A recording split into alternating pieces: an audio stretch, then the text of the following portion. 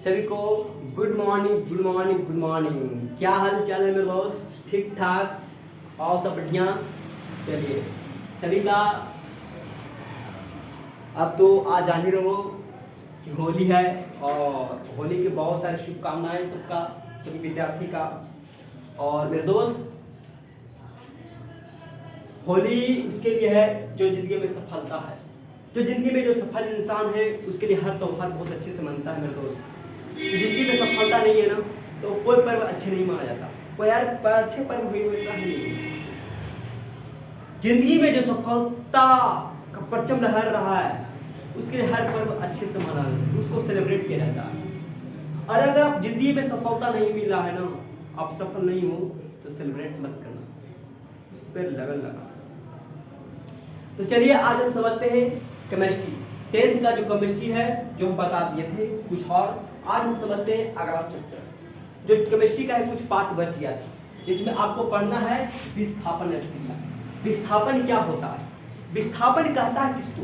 विस्थापन का मतलब होता है विस्थापित करना। मतलब क्या होता है कि विस्थापन अभिक्रिया वैसे अभिक्रिया को कहते हैं जिसमें एक पदार्थ दूसरे पदार्थों को उसके विलयन से विस्थापित कर देता है। यानी कहने का मतलब होता है कि जैसे कहा जाएगा कि सर विस्थापन अभिक्रिया क्या है, ठीक है। देखो विस्थापन अभिक्रिया में आपको बताते हैं कि विस्थापन अभिक्रिया की बात करते हैं, इसमें क्या होगा तो मान के चलो कि जैसे Fe है और प्लस क्या है CuSO4 है, ठीक है। और एक प्लस होता है, एक प्लस होता है, एक माइनस होता है। पहला को मानते हैं प्लस, दूसरे का को मानते हैं माइनस। अब क्या करता है विस्थापन अभिक्रिया, जिसमें एक पदार्थ दूसरे पदार्थों को उसके विलयन से विस्थापित कर देता है, उसका स्थान से हटा देता है। जैसे Fe जाएगा किसके पास, SO4 के पास, अब बना देगा क्या FeSO4। अब प्लस जो Cu है वो Cu कहाँ जाएगा, अलग हो जाएगा। देखो तो कॉपर का पास सल्फेट था लेकिन कॉपर को हटा दिया और सल्फेट Fe के पास आ गया। क्या करने का मतलब, जैसे E है और प्लस में क्या है B और क्या C है, ये क्या किया कि A और C के साथ रिएक्शन करके बना दिया AC और प्लस B को हटा दिया, मतलब उसके विलयन से उसके स्थान से हटा दिया। विस्थापन क्रिया वैसे क्रिया करते हैं जिसमें एक पदार्थ, इसमें एक पदार्थ दूसरे पदार्थों के साथ अभिक्रिया करके उसके जगह से हटा देना, उसके विलयन से हटा देना, उसके स्थान से हटा देना, ये विस्थापन अभिक्रिया कहलाता है। विस्थापन अभिक्रिया वैसे अभिक्रिया को कहते हैं इसमें एक पदार्थ दूसरे पदार्थों के साथ अभिक्रिया करके उसके विलयन से क्या करता है, विस्थापित कर देता है और उसके विलयन से हटा देता है, तो उसके विलयन से स्थान को ग्रहण कर लेता है, इसी को बोलते हैं विस्थापन अभिक्रिया। तो विस्थापन अभिक्रिया वैसे अभिक्रिया करते हैं जिसमें एक पदार्थ दूसरे पदार्थों के साथ, देखो एक पदार्थ दूसरे पदार्थ के साथ अभिक्रिया करके उसके विलयन से विस्थापित कर देता है, उसी को बोलते हैं विस्थापन। जैसे A प्लस BC है तो A क्या करेगा, C के साथ अभिक्रिया कर लेगा, बना देगा C, B को हटा देगा। जैसे एग्जांपल और समझो, एक और एग्जांपल और समझो, समझना। एक एग्जांपल है, बहुत अच्छा एग्जांपल है। जैसे जिंक है और प्लस में क्या आ जाएगा MgSO4 है, क्या है MgSO4। ये बताओ पहला को मानेंगे प्लस, इसके बगल में कुछ नहीं है तो माइनस तो होगा, प्लस ये होगा प्लस, ये माइनस, प्लस में जाएगा माइनस के पास, तो बनाओ ये क्या रहेगा MgSO4। देखो तो SO4 किसके पास था, Mg के पास था, लेकिन क्या हो गया ये जिंक क्या करेगा, ये जिंक करेगा SO4 के साथ रिएक्शन करेगा और बना देगा ZnSO4 और प्लस, क्योंकि जिंक और SO4 बना देगा ZnSO4, लेकिन बचा क्या मैग्नीशियम, मैग्नीशियम क्या रहेगा, अलग हो जाएगा। इसी को बोलते हैं क्या, विस्थापन अभिक्रिया। विस्थापन अभिक्रिया वैसे अभिक्रिया करते हैं जिसमें एक पदार्थ दूसरे पदार्थों के साथ उसके क्या करता है, विलयन से विस्थापित करके उसका स्थान क्या कर लेता है, ग्रहण कर लेता है, इसी को बोलते हैं विस्थापन अभिक्रिया। चलिए आप समझते हैं द्विविस्थापन अभिक्रिया कहता है। एक गाना ही बहुत अच्छा लगता है, एक गाना भी देखो ना, एक गाना भी है, ये गाना कहता है सुन गे पगली तोरा बिना जीवो हम जिंदगी कोना कोना, सुन गे पगली तोरा बिना जीवो कोना जी, मतलब जीवो हम जिंदगी कोना कोना, मतलब सुनिए पगली सुनिए पगली तोरा बिना जीवो हम जिंदगी कोना कोना। बहुत अच्छे गाना है और वायरल हो चुका है। चलिए गाना पर नहीं, अब समझते विस्थापन की जगह पर हम समझते हैं द्विविस्थापन। क्या कहते हैं, द्विविस्थापन। द्विव विस्थापन कहने का मतलब या उभय विस्थापन, बात एक ही है, चाहे द्विव विस्थापन कहे या उभय विस्थापन कहे, बात एक ही है। कहेगा द्विव विस्थापन या उभय विस्थापन अभिक्रिया किसको बोलते हैं? तो द्विव विस्थापन अभिक्रिया क्या कहता है? जिसमें 2 विलयन मतलब A प्लस बी और प्लस बी प्लस सी, मतलब जिसमें 2 विलयन रहता है भैया। अरे भाई जैसा मान चलो जैसे ए बी आप प्लस का देगा बी सी, तो ए जाएगा सी के पास तो बना देगा ए सी, और बी जाएगा इसके पास तो बना देगा ए बी बी सी, चाहे कुछ भी होता है, ठीक है। देखो क्या कहता है, द्विव विस्थापन अभिक्रिया वैसे अभिक्रिया कहते हैं जिसमें 2 पदार्थ उसके विलयन से विस्थापित करके उसका स्थान ग्रहण कर लेता है, उसी को बोलते हैं क्या? द्विव विस्थापन अभिक्रिया। जैसे एग्जांपल की बात करते हैं, जैसे ध्यान देना,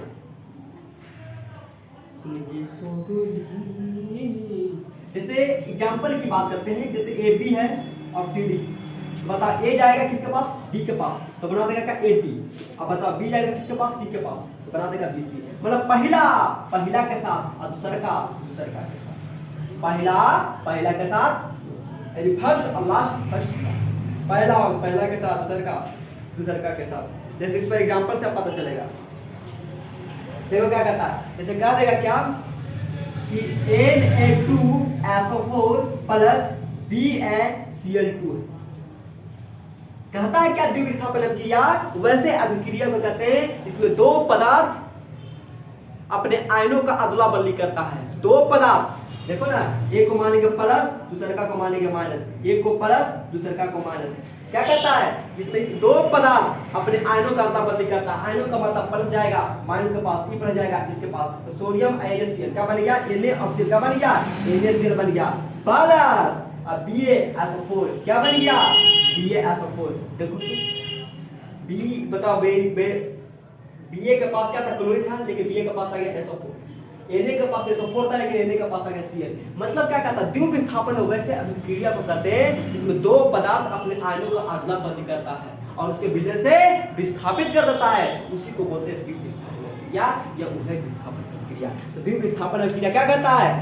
द्विव विस्थापन अभिक्रिया वैसे अभिक्रिया को कहते हैं जिसमें 2 पदार्थ उसके विलयन से विस्थापित करके आयनों का अदला बदली कर लेता है। इसमें 2 पदार्थ क्या करेगा? उसके विलयन से विस्थापित करके आयनों का अदला बदली कर लेता है, उसी को बोलते हैं क्या? द्विव विस्थापन अभिक्रिया। कोई दिक्कत? चलिए अगला क्वेश्चन कहता है, समझना। अगला क्वेश्चन क्या कहता है मेरे दोस्त? अगला क्वेश्चन कहता है, समझना। अगला क्वेश्चन कहता है उदासीनीकरण अभिक्रिया क्या कहलाता है?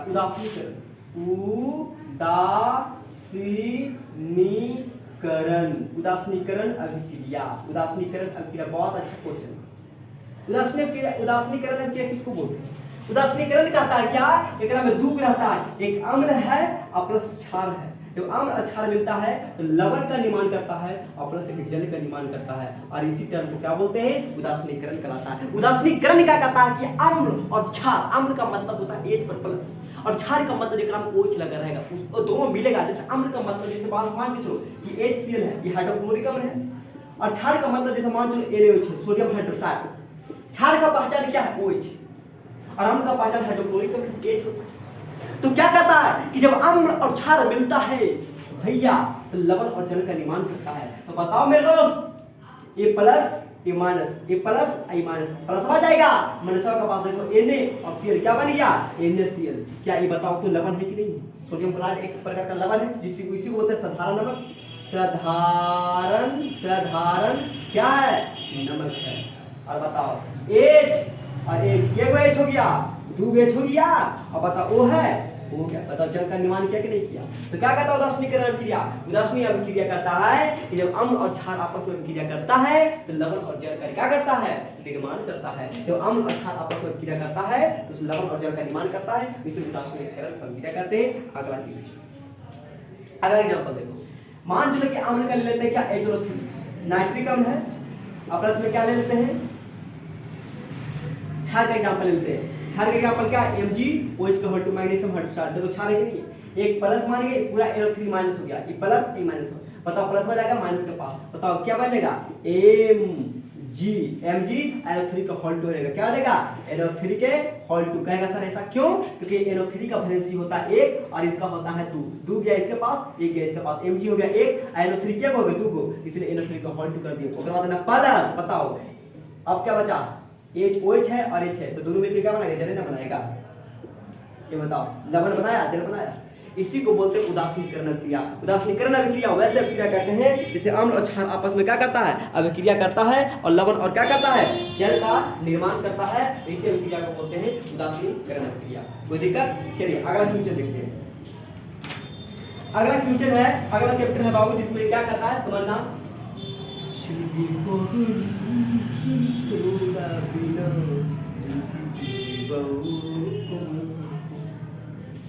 देखो अगला कहता है दहन किसे कहते हैं? एक चैप्टर है दहन और ज्वाला। क्या कहता है? दहन और ज्वाला। दहन और ज्वाला, देखो मेरे दोस्त बहुत इंपॉर्टेंट कहता है दहन। क्या होता है? दहन। दहन किसको बोलते हैं? दहन क्या कहता है कि जब किसी भी पदार्थ को अगर ऑक्सीजन को उपस्थिति में जलाओगे तो ऊष्मा और प्रकाश पक्का देगा। ऊष्मा तो देगा और प्लस में प्रकाश भी देगा। इसी को बोलते हैं क्या? दहन। क्या बोलते हैं? दहन। दहन क्या है? दहन का मतलब जैसे कोई पदार्थ, जैसे मान लो प्लास्टिक है, जब तुम इसको जलाओगे तो क्या इससे ऊष्मा नहीं निकलेगा? देखा ठंडा का दिन में प्लास्टिक को जलाता है, तापता है, तो ऊष्मा तो देवे करता है, साथ में प्रकाश भी देता है। रात में जलाओगे तो क्या प्रकाश नहीं देगा? देगा। इसका मतलब दहन है कि नहीं है? एक और बात करते हैं, जैसे मान के चलो, जैसे लकड़ी की बात करते हैं। लकड़ी को जलाओ, जब तुम लकड़ी को जलाओगे तो ऊष्मा तो देगा, जैसे खाना बनता है, अब प्रकाश भी देता है। देखा लाहौटा तो बहुत मात्रा प्रकाश देता है, तो पढ़ाई भी कर सकते हो। तो दहन क्या कहता है? जब किसी पदार्थ को ऑक्सीजन की उपस्थिति में जलाते हैं तो ऊष्मा और प्रकाश दोनों देता है, उसी को दहन कहते हैं। वाह है वाह, क्या जवाना है। अब एक टर्म आता है ज्वलन ताप। किसको बोलते हैं? ज्वलन ताप। देखो कहता है कि सुनिए पगली, ज्वलन ताप क्या कहता है?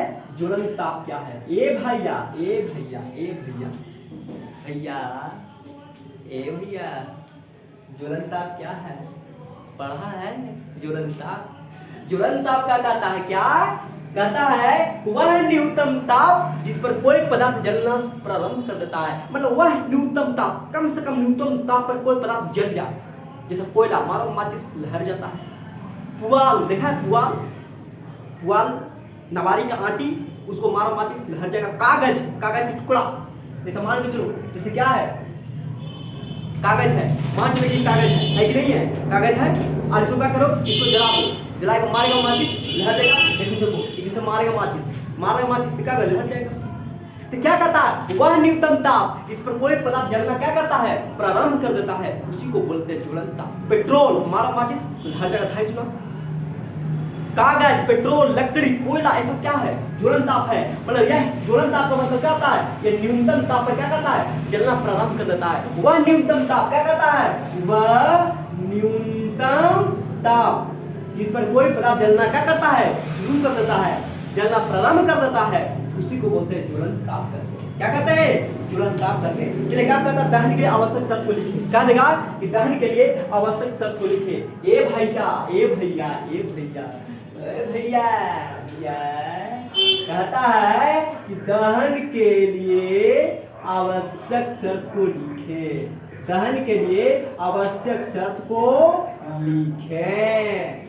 लिखो तो दहन के लिए आवश्यक शर्त क्या है? ऑक्सीजन की उपस्थिति होना, ज्वलन ताप की उपस्थिति होना, होता है कि नहीं होता? तो दहन के लिए आवश्यक शर्त क्या है? दहनशील पदार्थ की उपस्थिति होना, ज्वलन ताप की उपस्थिति होना, ऑक्सीजन की उपस्थिति होना, ये तो दहनशील पदार्थ को है। अब कहता है ज्वाला किसको बोलते हैं? तो ज्वलन ताप तो समझ में आ गया। अब कहता है ज्वाला क्या है? ज्वाला कहता है एक ऐसा क्षेत्र जहां गैसीय पदार्थ क्या है? जलती है। ज्वाला क्या कहता है? ज्वाला एक है ज्वाला, आपको पढ़ना है ज्वाला क्या है। ज्वलन ताप नहीं है, ज्वाला कहता है। ज्वाला कहता है वह गैसीय पदार्थ जहां जलना प्रारंभ कर देता है।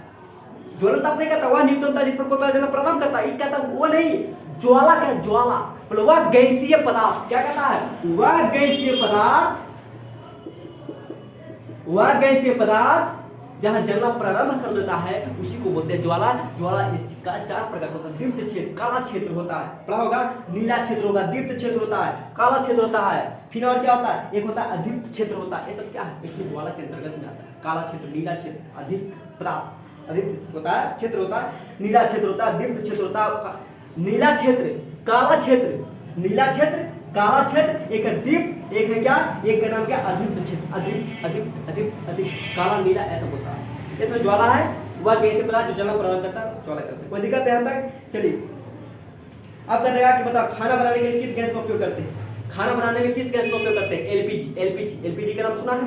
एलपीजी का प्रयोग करते हैं। फिर कहता है कि एलपीजी किसका किसका मिश्रण है? तो एलपीजी का मिश्रण है क्या, एथिल है, ब्यूटेन है, प्रोपेन का मिश्रण होता है। एलपीजी गैस में गंधक के लिए कौन सा पदार्थ मिलाया जाता है? Ethyl mercaptan. एलपीजी जो गैस होता है, जो खाना बनाता है उसमें महकता है, देखा है, महकने के लिए कौन सा गैस मिलाता है? Ethyl mercaptan. इथाइल मरकैप्टन जिसको बोलते हैं C2H5H। जो एलपीजी होता है, जो महकता है वो उसमें कौन सा गैस मिलाता है? C2H5H। इसको बोलते हैं ethyl mercaptan, mercaptan, ethyl mercaptan. जो खाना बनाने में देखा, एलपीजी खाना बनाने में प्रयोग किया जाता है। कहता है कि बताना एलपीजी का पूरा नाम क्या है? Liquefied petroleum gas. कह रहेगा कि एलपीजी का पूरा नाम बताओ। एलपीजी, एल से होता है लिक्विफाइड पेट्रोलियम गैस। कोई दिक्कत? चलो कहता है बुझा हुआ चूना सूत्र बता। बुझा हुआ चूना सूत्र क्या होता है? बुझा हुआ चूना का सूत्र क्या देगा? बुझा हुआ चूना सूत्र तो CaOH के ऑल्टो का क्या देगा? CaOH के ऑल्टो देगा। कोई दिक्कत? ऑब्जेक्टिव है। संगरमन का सूत्र बताओ। संगरमन सूत्र क्या होता है? CaCO3 होता है, CaCO3 होता है। ठीक है, क्या देगा कि दूध से दही बनाना कौन सा परिवर्तन है? दूध से दही बनता है, कौन सा परिवर्तन? रासायनिक। क्योंकि एक बार बनने के बाद पुनः उपयोग नहीं कर सकते हो। जैसे दूध से दही बना दिया, तो क्या दही से दूध बना देगा? नहीं, एक बार खत्म हो गया फिर उसको दोबारा नहीं कर सकता, रासायनिक परिवर्तन। जैसे इसको जला दिया तो क्या फिर प्लास्टिक बनेगा? नहीं बनेगा, ये रासायनिक हो गया। भौतिक किसको बोलते हैं? जो दोबारा बन सकता है। रबड़ को टीने फैल गया, छोड़े, फिर बन गया, भौतिक परिवर्तन।